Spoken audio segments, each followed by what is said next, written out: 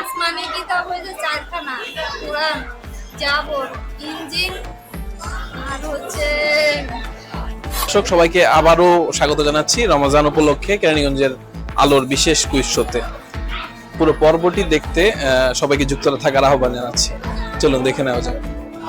আপনার কাছে প্রশ্ন হচ্ছে যে টোটাল 104টা আসমানি কিতাব আছে, তার মধ্যে বড় আছে 4টা, একটা হচ্ছে কোরআন, বাকি 3টা কি বলেন? বাকি তিনটা হ্যাঁ। জাবর, হ্যাঁ কোরআন, জাবর আর হচ্ছে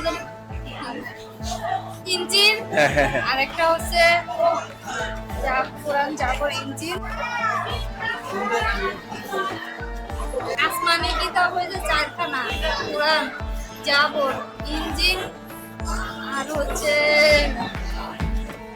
ভুলেই তো অনেক দূরে গিয়েছিলেন, ধন্যবাদ। আপনার আইডিয়া নেই, শুনেছেন?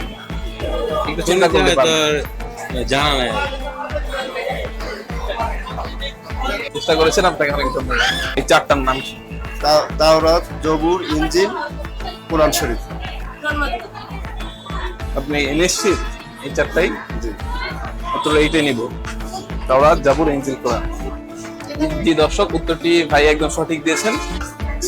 আপনাদেরকে আয়াত কসমেটিক্স এর পক্ষ থেকে একটি ছোট গিফট হ্যাম্পার, আশা করি এটা আপনাদের অনেক কাজে লাগবে। আরবি ক্যালেন্ডারে প্রথম মাস, মানে ইংরেজিতে যেমন জানুয়ারি প্রথম মাস, বাংলায় বৈশাখ, আরবি ক্যালেন্ডারের প্রথম মাস।